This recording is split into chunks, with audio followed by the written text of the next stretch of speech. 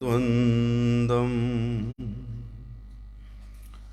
भक्तवृन्दसमन्वितं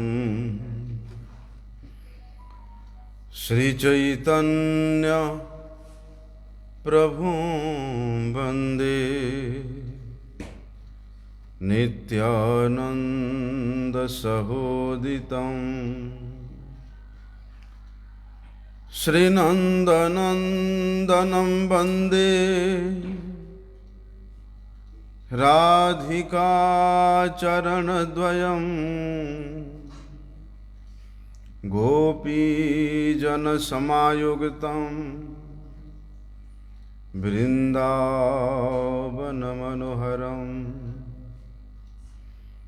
गुरवे गौरचन्द्राय राधिकाय तदालये कृष्णाय कृष्णभक्ताय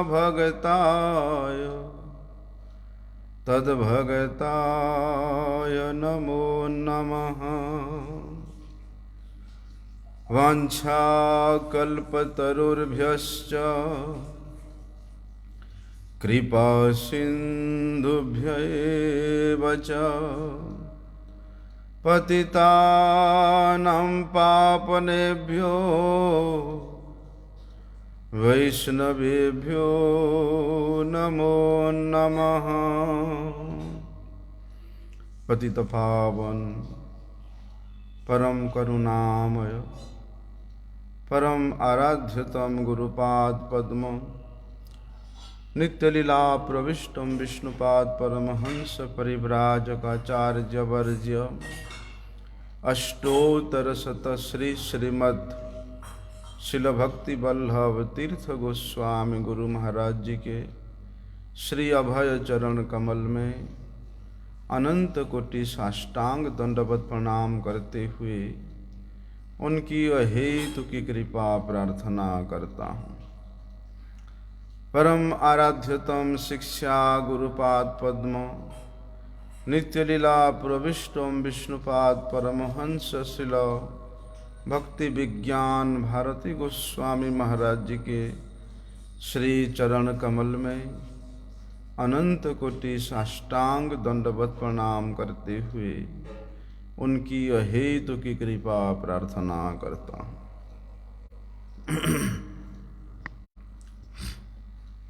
कल हम लोग श्रवण किया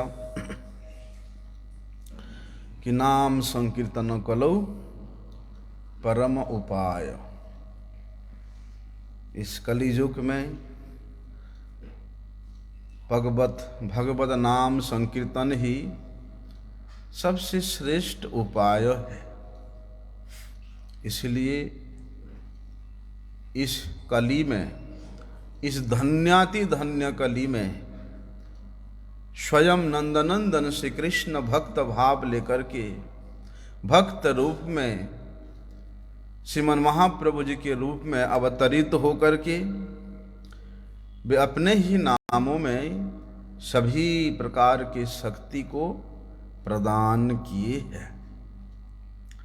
इसलिए नाम संकीर्तन के माध्यम से, नाम संकीर्तन रूपी सर्वश्रेष्ठ साधन के माध्यम से ब्रज के जो भाव है, राग का भाव है, वो प्राप्त कर सकते हैं।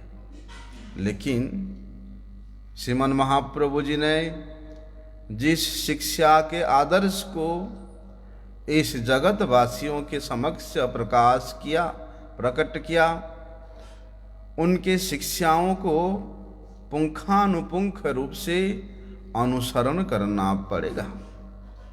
क्या कहा श्रीमन महाप्रभु जी ने कि जे रूपे लैले नाम प्रेम उपजय, तार लक्षण श्लोक सुन स्वरूप राम राय।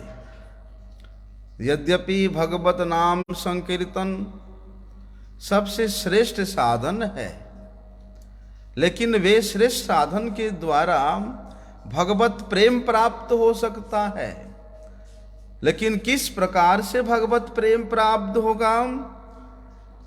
किस प्रकार से नाम ग्रहण करने से भगवान के चरणों में रागात्मिका भक्ति का उदय होगा, उसके विषय में क्या कहते श्रीमन महाप्रभु जी कि तृणादपि सुनिचेन तरोरपि सहिष्णुना अमानीन मानदेन कीर्तनीय सदा हरि। श्रीमन महाप्रभु जी ने शिक्षाष्टक के ये श्लोक के माध्यम से हम लोगों को शिक्षा दिया कि निरपराधे नाम लैले पाए प्रेम धन। वास्तव में निरपराध होकर के 10 प्रकार के जो नामापराध है, उस नामापराध से रहित होकर के जो लोग, जो साधक जन श्री कृष्ण संकीर्तन करते हैं, ऐसे साधकों के हृदय में 4 प्रकार के लक्षण दिखाई देता है। जो लोग निरपराध होकर के नाम करते हैं, क्या क्या लक्षण? पहला तो निरपराध होकर के हरिनाम संकीर्तन करने वाला भक्त, उसका विषय के प्रति किसी प्रकार का आसक्ति नहीं होता, या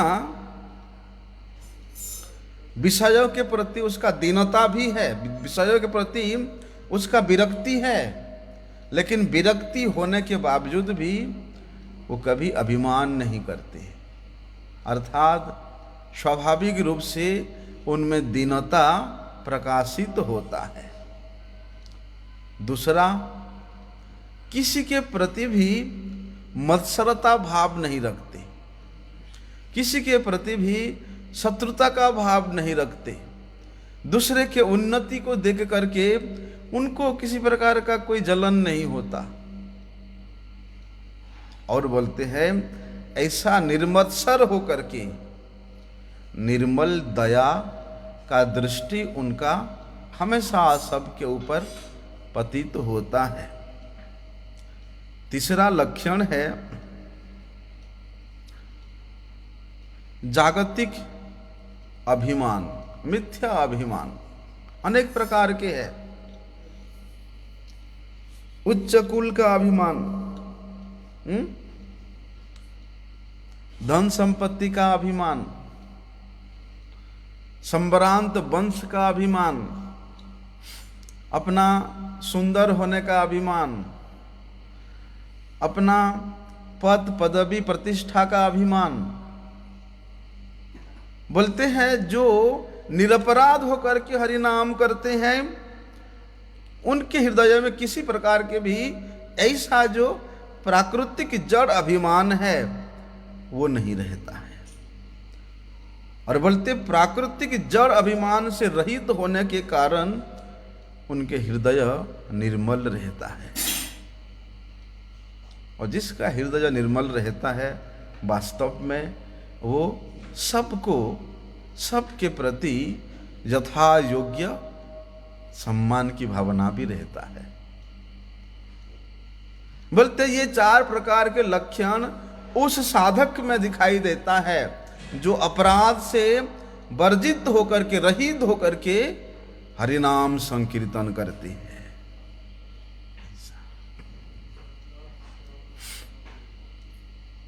और क्या होता है? बोलते हैं अपराध शून्य होकर के नाम लेने से उस साधक के हृदय में जो अप्राकृत चिन्मय रस है, नाम का रस है, वो रस मूर्तिमान विग्रह रूप धारण करके, मूर्तिमान स्वरूप रूप में प्रकटित होकर के, अर्थात हरिनाम ही साक्षात मूर्ति स्वरूप मूर्तिमान विग्रह रूप में प्रकटित होकर के उसके हृदय के भाव के उद्गार को और अधिक बढ़ाता रहता है, और अधिक बढ़ाते रहते हैं। किस प्रकार के भाव? जब नाम प्रभु उसके हृदय में प्रकट हो जाते हैं अपनी मूर्तिमान विग्रह लेकर के, तब उसके हृदय में उद्गार होता है। किस प्रकार का उद्गार होता है कि हाय हाय स्वरूप से मैं मेरे प्रभु का दास हूं, श्री कृष्ण दास हूं। और कैसा हूं? मैं अणु चैतन्य हूं। लेकिन मेरा इस जागतिक रस के प्रति, जागतिक विषयों के प्रति, जागतिक वस्तुओं के प्रति मेरा कोई प्रयोजन नहीं है, मुझे आवश्यकता ही नहीं है। लेकिन हाय हाय देखो, मेरा जो वास्तविक स्वरूप है और उस स्वरूप के अनुसार मेरा जो प्रयोजन है, उस वस्तु के प्रति मेरा आकर्षण नहीं है। लेकिन देखो कैसा मेरा दुर्भाग्य है कि भगवान के नाम साक्षात मूर्ति स्वरूप प्रकट होकर के भी उन नाम के प्रति मेरा रुचि नहीं हो रहा है। बोलते हैं श्री कृष्ण से विमुख होने के कारण, भगवान को भूल जाने के कारण मेरा अभी कैसी दुर्दशा हुई है कि मैं उस दुर्दशा के कारण बार बार माँ के कोख में जन्म लेता हूँ और अनेक प्रकार के जो त्रिताप है, उन तापों के द्वारा मैं प्रताड़ित होता रहता हूँ, दग्धीभूत होता रहता हूँ।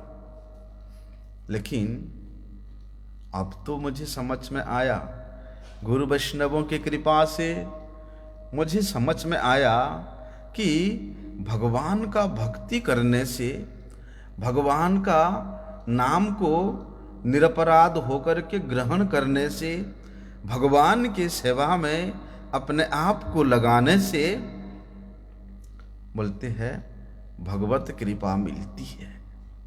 अर्थात वो जो मेरा विमुखता है, कैसा विमुखता कि मैं अपने आप को भूल गया हूं,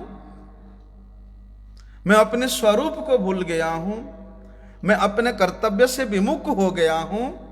फलस्वरूप माया पिशाची मुझे जकड़ के पकड़ लिया है। इसलिए मैं किस कारण से विमुख हूं, किस कारण से मैं त्रिताप में दग्धीभूत हो रहा हूं, किस कारण से माया पिशाची मुझे पकड़ा हुआ है, अब मेरे समझ में आ गया है गुरु वैष्णवों की कृपा से कि भगवत भक्ति के साधन से ये विमुखता दूरीभूत होकर के पुनः मैं अपना स्वरूप को प्राप्त कर सकता हूँ, मैं अपने स्वरूप को अनुभव कर सकता हूँ और उस स्वरूप में स्थित होकर के मेरे नित्य प्रभु की सेवा करते करते, नित्य प्रभु को आनंद प्रदान करने का चेष्टा करते करते भगवत प्रेम में प्राप्त कर सकता हूं। इसलिए भगवान के कृपा से जब जीव का ये संसार के बंधन से छुटकारा मिल जाता है,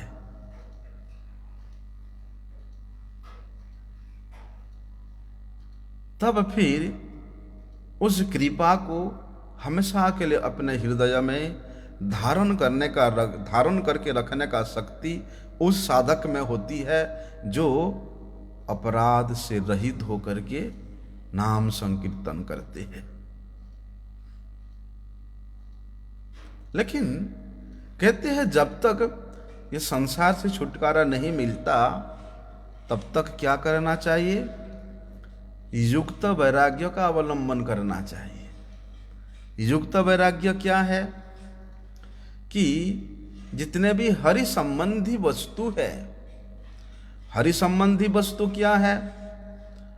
भगवान के नाम, भगवान के धाम, भगवान के भक्त, भगवान के मंदिर, भगवान के विग्रह, गंगा, तुलसी, शालिग्राम,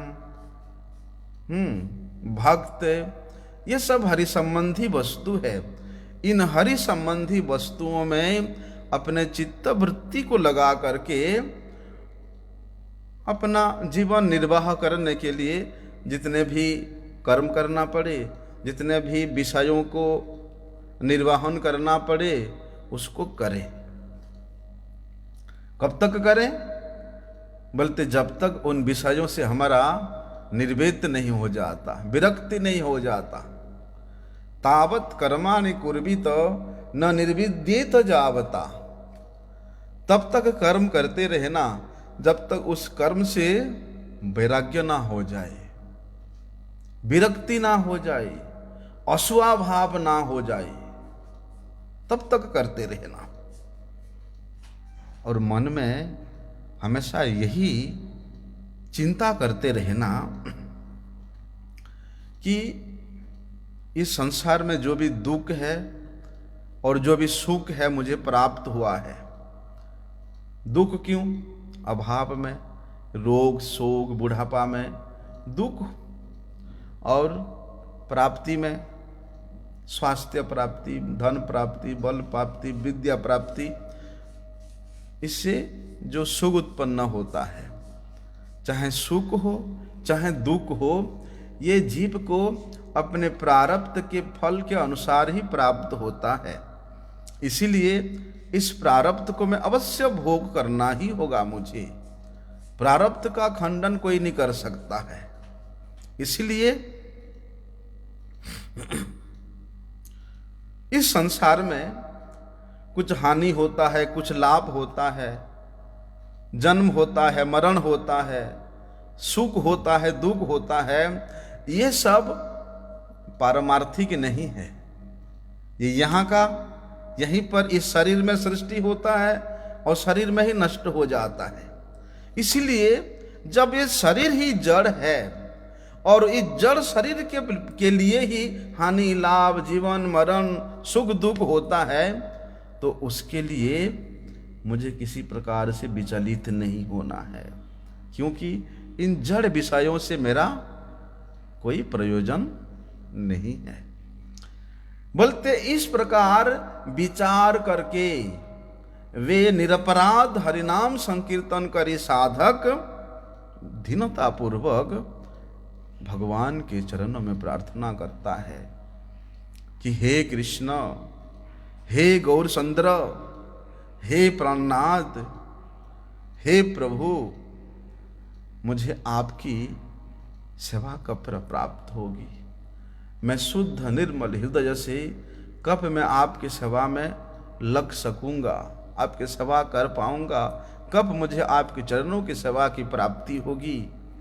हे नाथ, मेरे जैसे दीनहीन अधम पतित पर कृपा नहीं करोगे तो फिर इतना पतित इतना अधम आपको इस जगत में और मिलेगा ही नहीं। इसलिए हे प्रभु, आप मुझे कब अंगीकार करेंगे, कब मुझे अपने चरणों की सेवा दे करके मेरा जीवन को सार्थक करेंगे? ऐसा कहता हुआ वे साधक क्या करता है? घरे ताको बने थाको सदा हरि बलि डाक। कि हे प्रभु, आप मुझे घर में रखो, वन में रखो, मैं कहीं भी रहूं, केवल आपके ही चरण की सेवा प्राप्ति का आशा लेकर के मैं अपना जीवन जापन करता रहूंगा। तृणादपि सुनिचेन तरोरपि सहिष्णुना। श्रीमन महाप्रभु जी कहते हैं कि जे रूपे लोइले नाम प्रेम उपजय। जिस प्रकार से नाम लेने से भी भगवत प्रेम प्राप्ति होगा, उसका उपाय स्वयं श्रीमन महाप्रभु जी कहते हैं। तृणादपि सुनिचेन। देखिए, जो तृण है, तृण समझते हैं, घास, ये जड़ वस्तु है। फिर भी जड़ वस्तु होने पर भी उसका जो वस्तुगत अभिमान है, अहंकार है, स्वाभाविक है। क्या है कि घास के ऊपर कोई पैर रखता है तो पुनः वो अपने सिर को उठा देता है थोड़ी देर में। कोई कोई घास हो तो साथ साथ खड़े हो जाते हैं पैर रखते ही हैं। तो ये उस तृण का ये स्वाभाविक अभिमान है, वस्तुगत अभिमान है और ये न्याय संगत भी है। लेकिन हे प्रभु, मेरे ये जो स्थूल शरीर है और उसके बाद सूक्ष्म शरीर, बोलते इन दोनों के द्वारा मेरा जो अभिमान है, मेरा जो अहंकार है, वो शुद्ध नहीं है। क्योंकि ना तो मैं स्थूल शरीर हूं, ना तो मैं सूक्ष्म शरीर हूं। इसलिए स्थूल सूक्ष्म शरीरगत जो अभिमान अहंकार है, वो मेरा जो शुद्ध स्वरूप है उसके साथ मैचिंग नहीं करता। मेरा शुद्ध स्वरूप क्या है? कृष्ण दास्यता, कृष्ण का दास, यही मेरा शुद्ध स्वरूप है। इसलिए कृष्ण का दास वे कभी भी ये शरीरगत अभिमान को लेकर के अहंकार नहीं करते हैं, शरीरगत विषयों को लेकर के अहंकार नहीं करते हैं, क्योंकि वे है ही नहीं। वे कौन है? वे शुद्ध सत्वमय श्री कृष्ण दास्यता ही उसका स्वरूप है। इसीलिए भैया तृण का जो अभिमान है वो वास्तविक है, लेकिन मैं जो जड़ अभिमान करता हूँ, मैं ब्राह्मण हूँ, क्षत्रिय हूँ, मैं ब्रह्मचारी हूँ, मैं सन्यासी हूँ, मैं डॉक्टर हूँ, मैं इंजीनियर हूँ, हाँ, मैं अमुक हूँ, ढिमुक हूँ, फल्ला हूँ, ये जो जड़ अभिमान है ये अवास्तविक है, वास्तविक नहीं है। वास्तविक अभिमान क्या है? कि दासो अहम वासुदेवस्य, कि मैं भगवान का दास हूं, यही हमारा अभिमान है, दास का अभिमान। इसीलिए कहते हैं बल्कि वे तृण से भी और अधिक नीच होना पड़ेगा। कब होगा? बोलते हैं जब अपने स्वरूप में जीव स्थित होगा, अपने स्वरूप को अनुभव करेगा कि मैं कौन हूं। और क्या कहते श्रीमन महाप्रभु जी वहां पर? तरोरपि सहिष्णुना। तरो मतलब वृक्ष। वृक्ष देखो कितना सहनशील होते हैं। जो वृक्ष को काटने वाला है, उस काटने वाला को भी वृक्ष सुशीतल छाया प्रदान करती है, उसको काटते काटते भी छाया प्रदान करती रहती है, हैं? और सुमधुर फल भी उसको दे करके उसका उपकार करती है। बोलते जो कृष्ण भक्त है उस तरु से भी, उस वृक्ष से भी और अधिक दयालु होते हैं। इसी कारण कृष्ण भक्त में किसी प्रकार के शत्रु मित्र का भाव नहीं रहता है। वे समदर्शी होते हैं,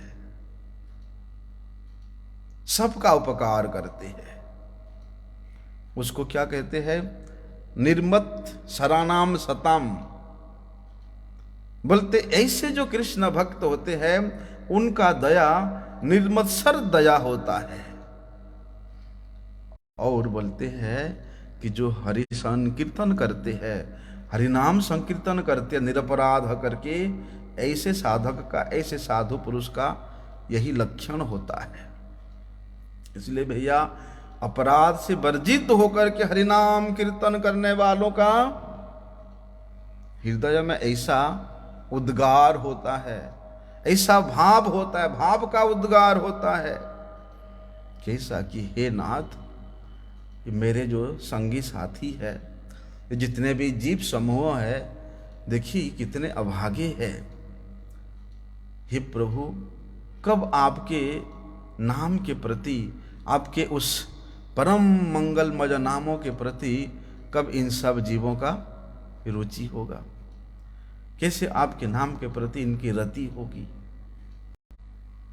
इस जगत के लोग तो प्रभु ये सामान्य होकर के, माया में अंध होकर के स्त्री पुत्र धन संपत्ति इसी में पड़े रहते हैं। जय पराजय हानि लाभ जन्म मृत्यु, ये सुख दुख में हमेशा डूबे रहते हैं।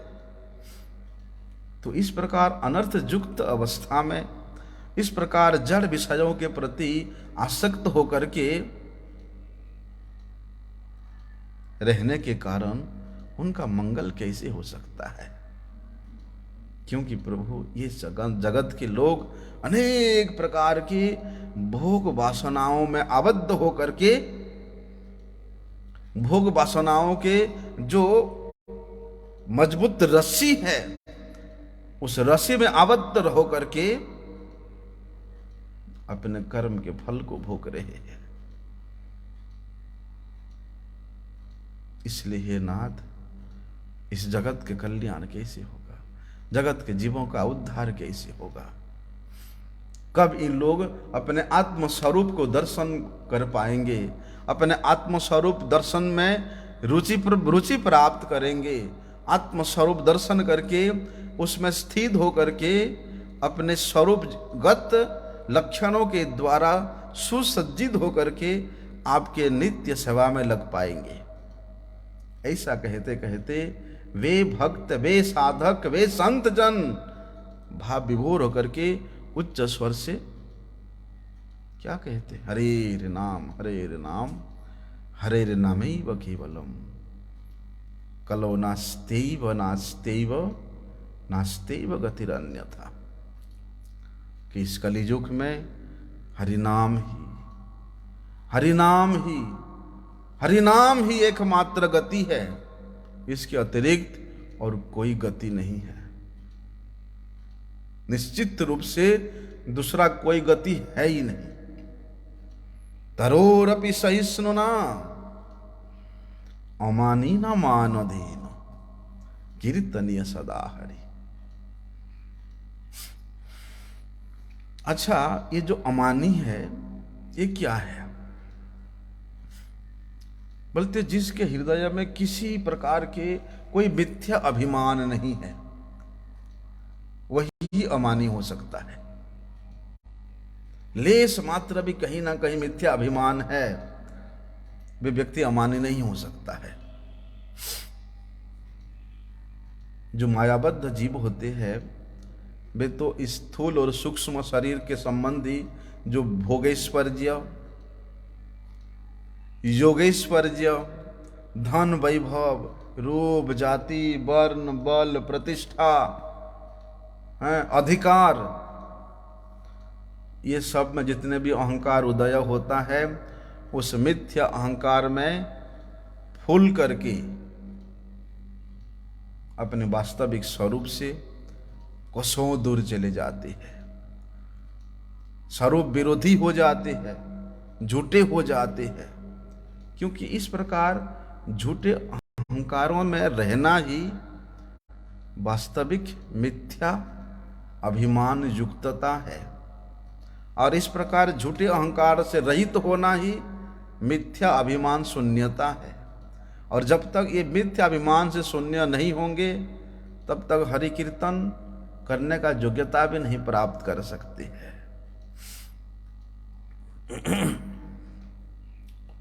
इसीलिए कहते हैं ये अहंकारों के होने का जो कारण है वो रहने पर भी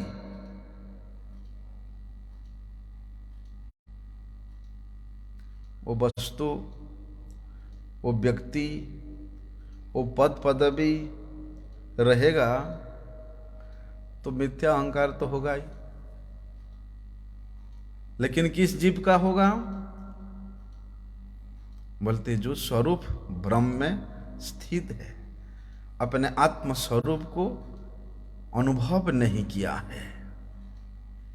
और कहते हैं इस प्रकार के अहंकारों के रहने का हेतु, कारण रहने पर भी मिथ्या अभिमान से शून्य होकर के और सहनशीलता रूपी गुणों से अलंकृत होकर के व्यक्ति हरिनाम संकीर्तन करने का योग्यतम अधिकार प्राप्त करता है। अनुकूल परिस्थिति में सब कुछ होता है, हैं? प्रतिकूल परिस्थिति में रह करके देखो, तब पता चलेगा, हैं? बोलते हैं ना, अरे भैया क्या करें, घर का इतना जंजाल है, हैं? इतना जंजाल है, पत्नी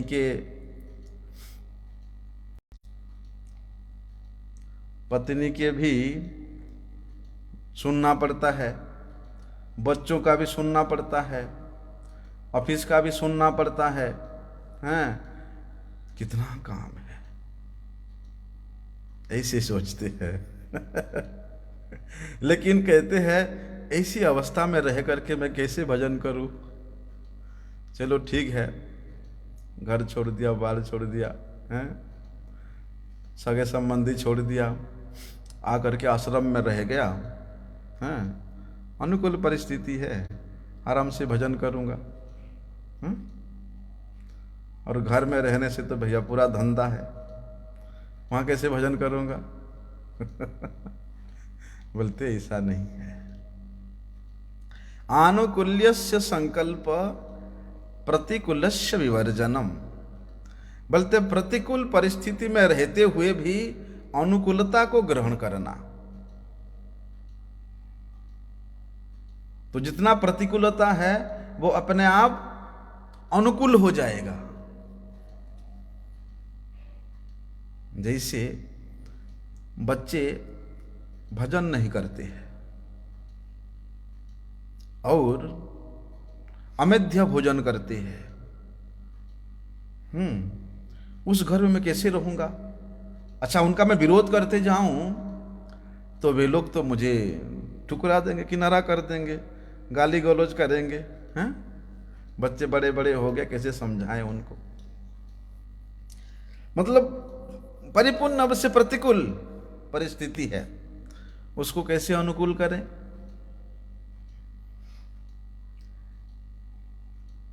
बोलते हैं कि ऐसी परिस्थिति में भी तत्ते अनुकंपाम सुसमीक्ष्यमाणो, कि ऐसे परिस्थिति को भी भगवान का कृपा समझ करके अपना जीवन जापन अर्थात अपने नित्य कर्तव्य कर्म करते जाओ। अपने नित्य कर्तव्य कर्म के आगे वे प्रतिकूलता संपन्न व्यक्ति भी एक ना एक दिन अनुकूलता को प्राप्त करेगा ही करेगा। आजकल विरोध नहीं कर सकते। बच्चा अगर 15 साल का भी हो गया ना, 10th क्लास भी पास कर लिया, तो भी बच्चा को पिता माता कुछ नहीं बोल सकते,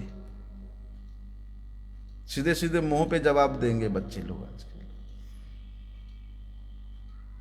अपने करते जाओ, लेकिन अपना आचरण को देख करके, अपना संस्कार को देख करके, अपना भजन के प्रति निष्ठा को देख करके, बोलते उस परिवेश में रहने के कारण वो व्यक्ति का मनोभाव अवश्य एक ना एक दिन चेंज हो जाता है।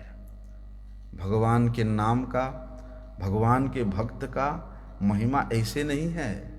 बोलते उन नामों को शुद्ध भक्त के मुख से श्रवण करने मात्र से बड़े से बड़ा पापी भी निर्मल हो जाता है। जगाई माधाई से बड़ा दुर्वृत्त कोई नहीं था, ऐसा कोई पाप नहीं था जो जगाई माधाई नहीं किया था। लेकिन नाम सुना, नित्यानंद प्रभु कहते हैं, अरे भाई गौर हरि बोलो भाई, गौर हरि बोलो भाई, गौर हरि बोलो, बोलो कृष्ण भजो कृष्ण करो कृष्ण शिक्षा। अरे भाइयों, कृष्ण का नाम बोलो, कृष्ण का नाम श्रवण करो, कृष्ण गुण कीर्तन करो। सुना तो सही, लेकिन आज नहीं तो कल, कल नहीं तो परसों परिवर्तन तो हुआ ही। वे जगाई माधाई नित्यानंद प्रभु हरिदास ठाकुर जी के मुख से भगवत नाम श्रवण करके उनका भी चित्त वृत्ति संपूर्ण रूप से परिवर्तित हो करके महान भक्त बन जाते हैं। ऐसा इसलिए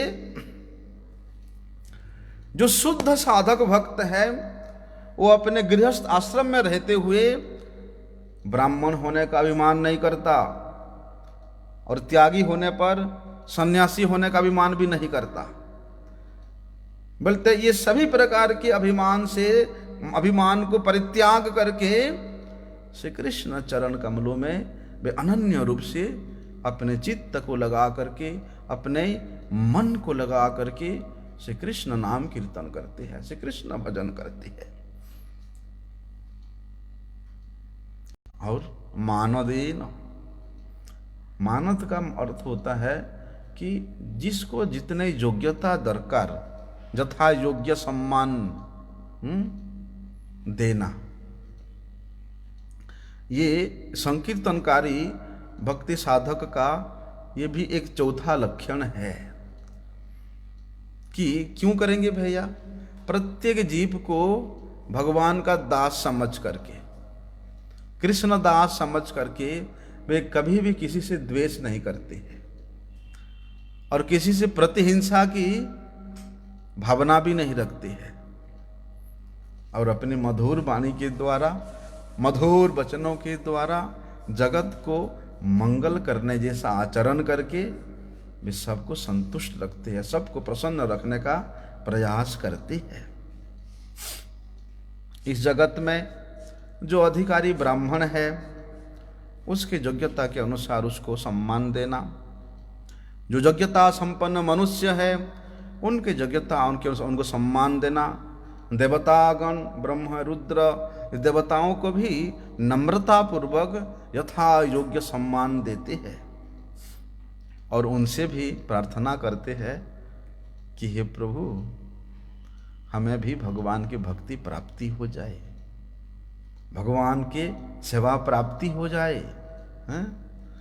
बोलते हैं ऐसे शुद्ध भक्तों की वे लोग सेवा करने के लिए लालायित तो होते हैं, प्रीतिपूर्वक सेवा करते हैं। बोलते ये चार प्रकार के लक्षणों से जो लोग युक्त होते हैं वास्तव में वे ही श्री कृष्ण संकीर्तन करने का अधिकारी होते हैं। और ऐसे इस लक्षणों से युक्त होकर के हरिनाम संकीर्तन करने से परम पुरुषार्थ स्वरूप श्री कृष्ण प्रेम की प्राप्ति होती है। आगे का विषय हम लोग कल श्रवण करेंगे। वांछा कल्पतरुभ्यश्च कृपा सिंधुभ्यैव च पतितानां पावनेभ्यो वैष्णवेभ्यो। इसको करना बंद करना।